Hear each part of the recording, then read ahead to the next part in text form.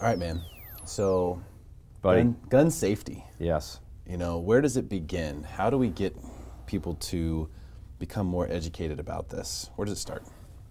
First of all, gun safety starts with the right mindset.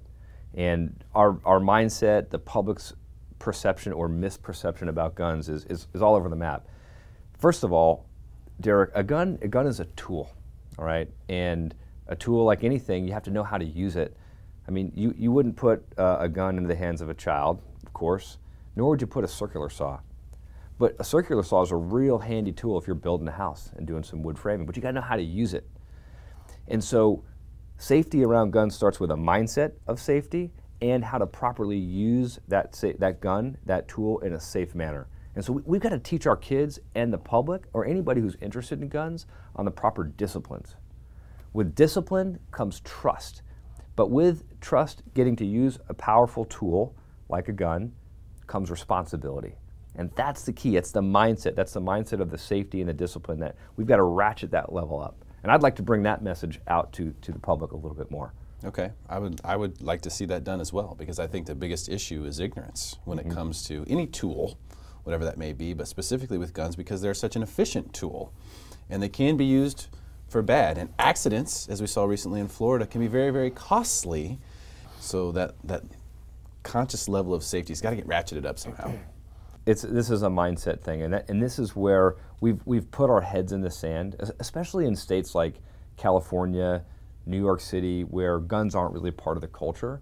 People become distant, unaware, and unfamiliar. And I think when you get into something that's unfamiliar, that's where people begin to fear what they don't understand. And so what I'd like to suggest as a matter of safety and a matter of liberty is that, go to the gun range.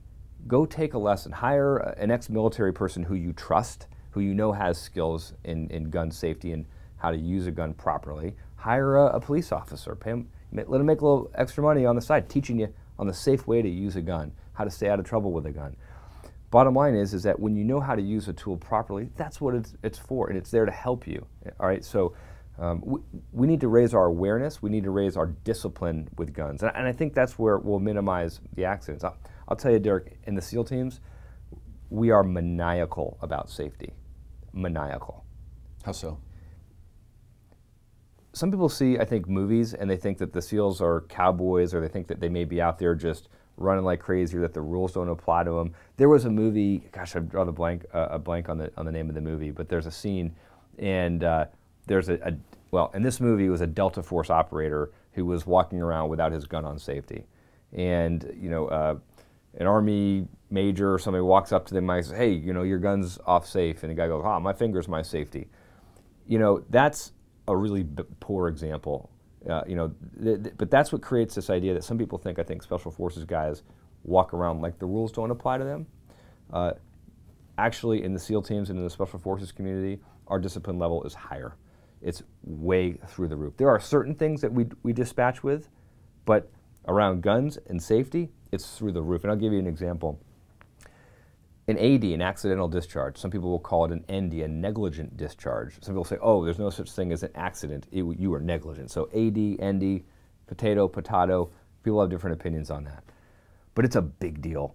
If you have an AD, it's a safety violation. And it's a major safety violation. And if you've got a great, pristine record in the SEAL teams, you're still going to go before a safety or review board, and you are likely going to get kicked out of the platoon.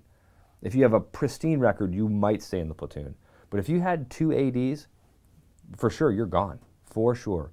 And if you're already kind of a borderline performer and you have an AD, you're gone from the platoon. That's a zero tolerance aspect. And the problem is that I think organizations or people don't keep that level of discipline around firearms. So, I like to go over basically Colonel Cooper's rules. He's got 4 rules for safety, and it's real simple. And over the years, there's all these different rules on safety, but these 4 are super simple. So rule number 1, all guns are always loaded. And even if they're not, treat them like they are. Never point the gun at anything you are not willing or you do not intend to destroy. And around organizations where they're doing lessons and classes and they say, hey, the gun's unloaded, look, right? So for those of you who insist that this gun is unloaded, see rule number 1, right? All guns are always loaded. Rule number 3, and this is the golden rule, and this will keep you out of trouble majority of the time. Keep your finger off the trigger until your sights are on the target. And then rule number 4, identify your target and what's behind it. PID, positive identification as to what the target is. If you're not unsure, you don't take the shot. I would say rule number 3 is probably one of the most important rules, because our finger is off the trigger all the time until you're ready to shoot. If you put your finger on the trigger, it's at that moment that you're then ready to take the shot. There's an interesting thing too. You know, if you're moving around in a kill house or out in uneven terrain, and your finger's on the trigger, when you go to fall, if you trip, the hands tend to do what the other hands are doing. So as you fall down, you go to grab something, and let's say your left hand goes to grab to brace yourself, your right hand will likely squeeze as well. And if your finger's on the trigger, you're going to pull it. So that's just another good reason to keep your finger off the trigger. What about the safety? I know you have very high standards for safety in the SEAL teams. What about using the safety itself, and how often should the firearm be on safety? So first of all, not all guns have a safety. For example, the pistol that we use in the SEAL teams, the Sig Sauer, the P226, doesn't have a safety. It's kind of what you call a combat pistol. But for guns that have a safety, the gun should be on safe until you're ready to fire. And just speaking from my experience in the SEAL teams, obviously we do quite a bit of shooting, is that whenever you're moving or walking, the gun's on safe. When you're ready to take the shot, it comes off safe, you pull the trigger, and then it goes back on safe again. In fact, if you are caught moving or walking with your gun off safe, that's a safety violation. Major safety violation. We go so far. I mean, even in combat situations, combat training situations? Absolutely. First of all, combat training, in combat, there should be no difference. Train like you fight. We don't do anything in training that we don't intend to do in combat. I mean, if whatever you do in training is what you will end up doing in combat. So if you build bad habits in training, they will translate to the combat zone. And some really sad stories about that, people that take shortcuts in training. I'll share one with you in just a minute. But so Derek, just to give you an idea of how maniacal we are about safety and making sure that the gun is on safe before you move, we would take our M4s, which is an AR-15, kind of what everybody knows an AR-15, and the safety mechanism, it moves in a circular pattern manipulated by the thumb. We would take a paint pen, and we would mark on the lever, and then mark where the marker is to be safe. And so when the gun is on fire, now you can see the white marker is now at a different position. And what that was for, so that instructors who are observing from a safe position, watching our maneuvers, making sure we're doing the drills correctly, they could see from a distance whether or not your gun was unsafe or not. And if you were moving without your gun being unsafe, major safety violation. Wow. Yeah. That is maniacal, but I mean, that's the level, that's the degree to which you probably have a very small amount of accidents that take place because of that degree. Here's a big question, I think, for a lot of people out there, even myself included. You know, when do you start to tell your kids? At what age do you start to educate your children about guns, how they work, and specifically gun safety? That's a great question. You know, what I would tell you, Derek, is that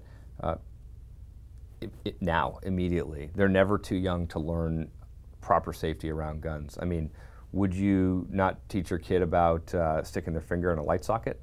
I mean, would you not teach them, like, hey, don't play with fire? It's the same thing. I mean, why wouldn't you teach them about proper safe handling around a gun? If a kid's gonna, let me ask you this, if you're a parent out there and you have a kid and they're gonna spend the night at a friend's house and you don't know if that parent has a gun or not, or you don't know what situation your kid's going to be in where they might end up being around a gun, do you want to just hope that they make the right decision or that they know what to do? Or would you rather train, prepare, and arm them, no pun intended, with the knowledge of what to do in that situation? For example, hey, if you walk into a friend's house and there's a gun in the parent's bedroom while you're playing, what do? Leave. Get out of the room. Okay, go find an adult. If you're unfamiliar with a gun, you know, I would teach my kids, look, if you're over at a friend's house or you're in a position where you find a gun, don't touch it. If you're not familiar with how to operate that gun, don't mess with it. You're just liable to pick it up and it could go off. You don't know what the status is of that gun. If you've just come across one, whether it's in a safe condition or not, if you're not familiar with that type of firearm, don't touch it if you're not familiar with it. All right, so leave the room. If you're over at a friend's house and you come into a room where there's a gun laying on the table, leave, go find an adult. Don't pick it up. Don't think you know how to handle it. You're just liable to pick it up and the gun could go off. How? Well, who knows? Pulled the trigger, did something you weren't sure what was going on with it. I think a lot of times, unfortunately, people who don't know, people buy guns without knowing how to operate them. And you see a lot of accidents happen because there's one in the chamber and people don't understand that. I think that's the most important aspect of gun safety to understand if you're going to be a gun owner. Yep. Is to understand, you know, when there's one in the chamber and you can take the magazine out and that sucker's still ready to go. Now, some of the newer guns, they won't allow you to fire with the magazine out, if there's one in the chamber or not. But some of these older guns, especially, it will.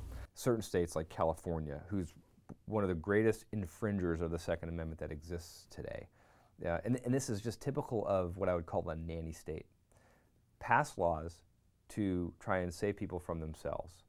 That to me is a Band-Aid. The real solution is discipline and training.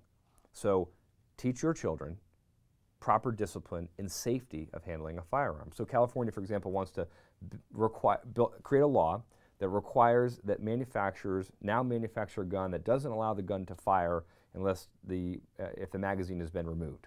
Okay, that's to ostensibly prevent somebody from accidentally firing the gun if the magazine is removed and there might still be a round in the chamber. So all these safety mechanisms make the guns harder to manufacture and potentially reduce the combat effectiveness of that tool, of that firearm.